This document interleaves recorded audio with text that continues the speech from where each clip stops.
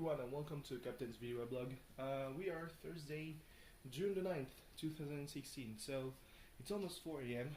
On Friday morning, so it shouldn't be too long about that. Because I have to take the train at 8 a.m., but before that I have to take the bus, either the bus stop of my village, which is at 6:40, but closer, than the other option, which is going to Carcassonne for 6:35, something like that. Take another bus. Each has its pros and its cons. The pro of taking the bus here is that it's here. Like, I only have to walk maybe 10-15 minutes to reach the bus stop. The main con is that it arrives at the bus station, which is quite a ways away from the train station. The main con of going to Carcassonne is going to Carcassonne at 6:30. But the main pro is arriving at the train station, basically. So we'll see about that when I wake up. Depending on when I wake up,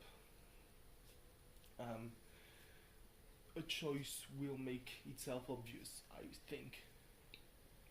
To be fair though, right now I should have been sleeping for almost 2 hours. But when you're browsing the internet, you don't see time pass. When you're doing stuff, basically, you don't see time pass. Because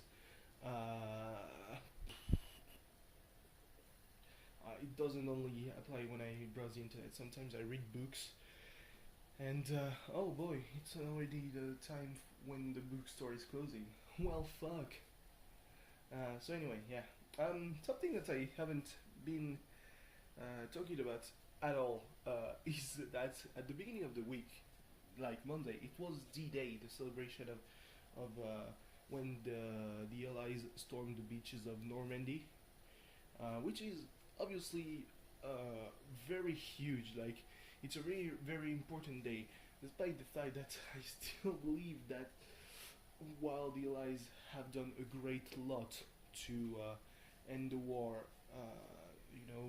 fight Germany and fascist Italy, the Red Army, despite all the shit that they've done, have been much more efficient to push back the Nazis from Eastern Europe. Like, they were the first ones to reach Berlin. So yeah. But still, I'm glad because I live in France, so obviously I cannot, I can talk too much shit about the Americans, despite the fact that political system and all that kind of. Let's not talk about that. Yeah. So the funny thing is, like, some news had been leaked to the Germans that the D-Day, storming the beaches, should have happened in the north of France, not in Normandy, which is, not very far from the north. Funny thing is, my dad's mother, that I refuse to call my grandmother for very personal reasons, mainly because I have never known her. Not that she's dead, but there is some kind of beef in my family between my father and his mother, so I don't want to talk about that, apparently. I mean, today I found a paper saying that while my grandfather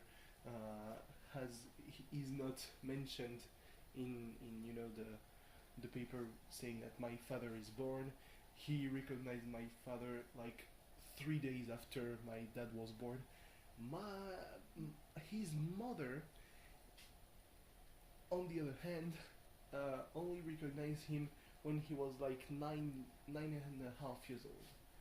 So yeah, and despite the fact that she is mentioned in the paper, like, it said that my father was born like 50 years ago, and that he is the son of his mother, but never is it said that he is the son of my grandfather.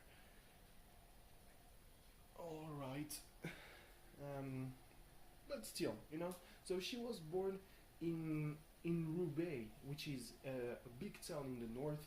Not I mean, if you look at the Nord and Pas-de-Calais departments, you can see that at any rate it's not really far from the sea, but like it was under huge scrutiny by the Nazis because they thought that the Allies would arrive there instead of Normandy.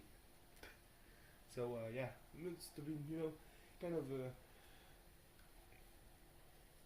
a weird ambience. Yeah.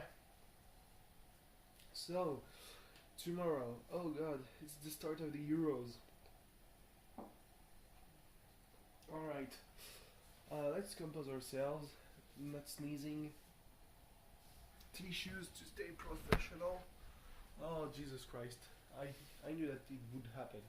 Um, so yeah, start of the Euros, but I have the judo club barbecue, which is a really strange thing that I would attend that party,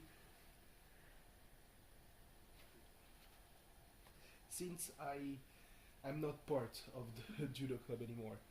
But my younger sister kinda is, and my mother does taiso, which is, you know, exercising.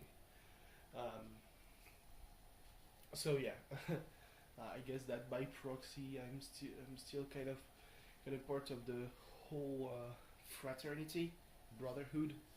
Uh, I don't know. That's gonna be great though, you know. Uh,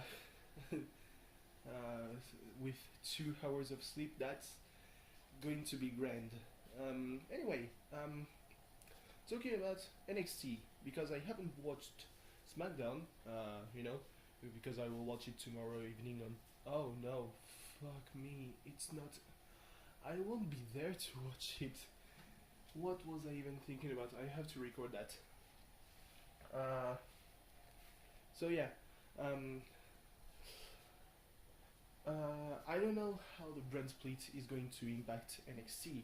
Furthermore, with Triple H's comments after NXT Takeover the end, that he apparently said that he considered NXT not to be developmental anymore, but a third brand in its own right.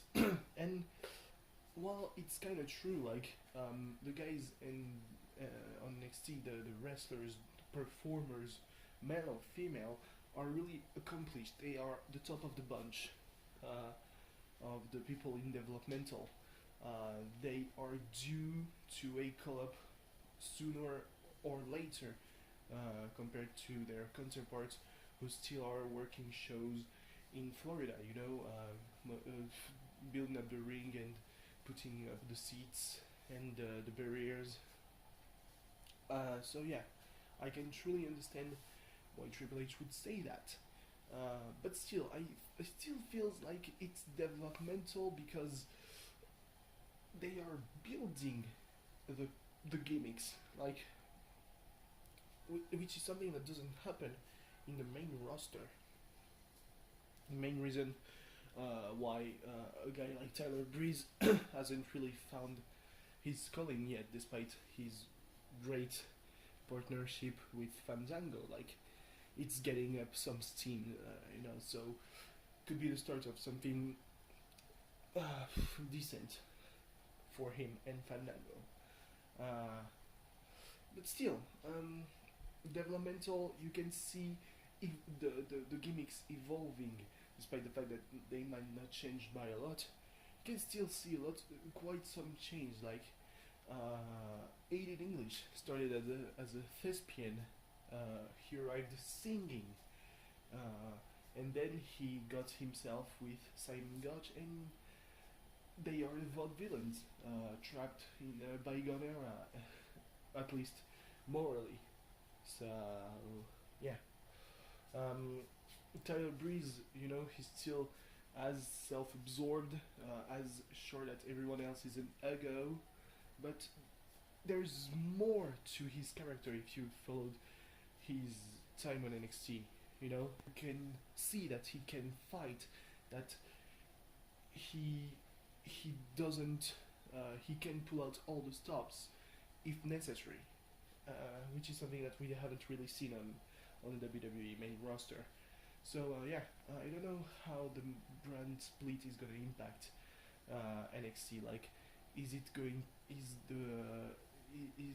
there going to be kind of two factions? One faction that wants to be called up to Raw and one that wants to be called up to SmackDown, or is it still going to be the same narrative? Like, winning the title is more important than a call up. That you don't mention even the possibility of being called up to the WWE. Like, it always says that NXT is the future, but they never truly say that NXT is the feeder for the WWE. Uh, so yeah, we'll see about that starting in July, I guess. I mean, with the bunch of superstars that are going to come from NXT to the main roster, probably Bailey, American Alpha, Finn Balor. Who knows? We'll see about that. So anyway, 4 a.m. An hour, 1 hour and a half of sleep. At least it'll be on my bed, so that's going to be more comfortable than my parents' bed. Thanks for watching. Goodbye.